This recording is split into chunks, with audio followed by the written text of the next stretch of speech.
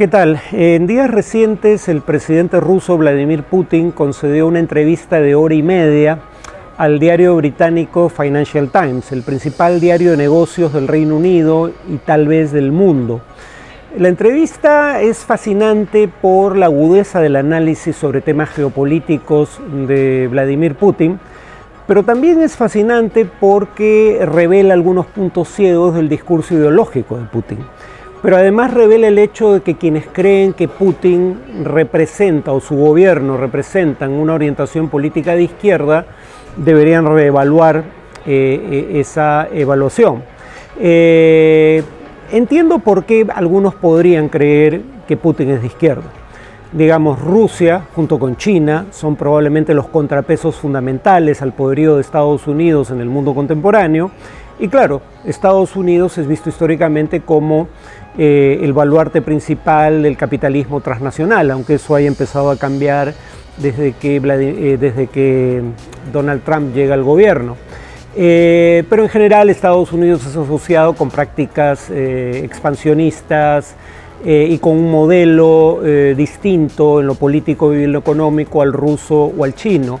Pero además algunos podrían creer que el gobierno ruso tiene una orientación de izquierda por la orientación de la cobertura, dependiendo del caso en inglés o en español, de la agencia de noticias rusa Russia Today, que en ocasiones expresa opiniones que podrían ser asociadas con posiciones incluso liberales o de izquierda.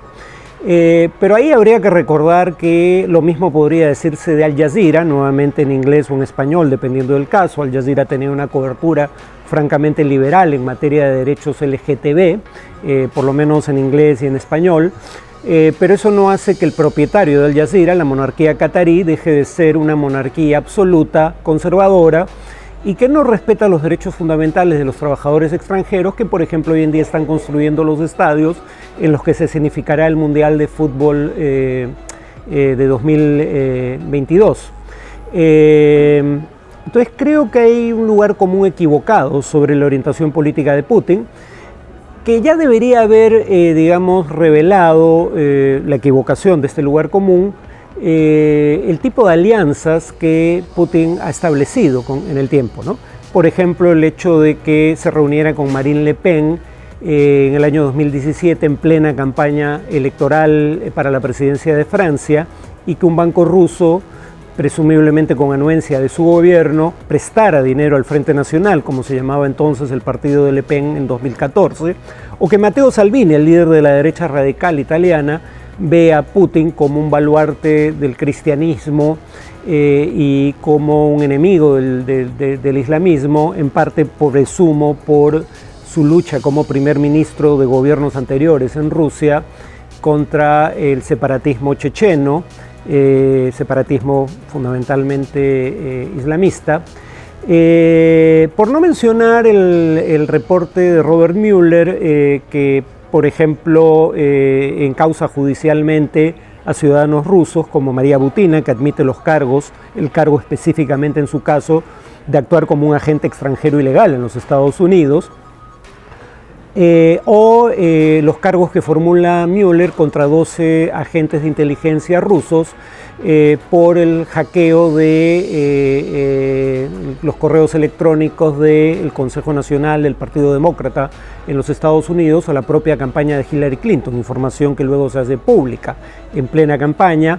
Y además el propio informe Mueller relata los pasajes que hemos conocido, que hubo múltiples ofertas de intermediarios del gobierno ruso a la campaña de Donald Trump para colaborar con ella.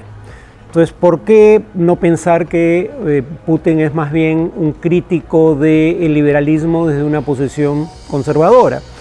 Por si hiciera falta, documentar este hecho, más allá de las alianzas que Putin ha sostenido o los acercamientos, cuando menos, que acabo de mencionar, las declaraciones ante el Financial Times son reveladoras porque su crítica al liberalismo claramente no es desde la izquierda. La izquierda puede tener críticas al liberalismo, obviamente, por ejemplo, la presunta miopía que el liberalismo tendría frente a los efectos distributivos de un capitalismo con poca regulación y con un peso desmedido de grandes grupos de interés privados en las decisiones políticas. Pero ese no es el tipo de crítica que plantea Putin. La crítica de Putin se focaliza en tres aspectos que él atribuye al liberalismo. La defensa del multiculturalismo, por oposición al nacionalismo étnico que le encarna, y eso es una de las cosas que lo une a grupos conservadores de Estados Unidos y Europa Occidental. La defensa de un nacionalismo étnico, no el mismo obviamente. La defensa de derechos de la comunidad LGTB, cosa que también hace explícita. Y la defensa, en el caso del liberalismo, desde la perspectiva de Putin, de la apertura frente a la inmigración. Y concluyo con una cita que voy a leer para que no quede duda sobre las implicaciones, quiero que sea textual, sobre lo que según Putin es la actitud del liberalismo frente a la inmigración. Dice Putin, y cito, el liberalismo presupone que no hay nada que hacer al respecto a la inmigración. Los migrantes pueden matar, saquear y violar con impunidad porque sus derechos deben ser protegidos. Ese es el tipo de cosas que hemos oído de Donald Trump desde la primera de sus declaraciones de campaña en 2016 hasta el día de hoy cuando ya es presidente. Pero claramente son afirmaciones que no son verdaderas. Ningún liberal sostiene lo que Trump y Putin les atribuyen. Sin embargo, esta crítica al liberalismo, centrándose específicamente en el multiculturalismo, derechos de minorías sexuales y la inmigración, es la que revela la impronta conservadora del pensamiento de Putin. Y si uno lee a algunos asesores de Putin, fervientes defensores del nacionalismo étnico ruso, se dará cuenta que provienen desde perspectivas profundamente conservadoras. Entonces, en ese sentido, podría decirse que Putin es un incomprendido por quienes lo creen un compañero de ruta desde posiciones de izquierda.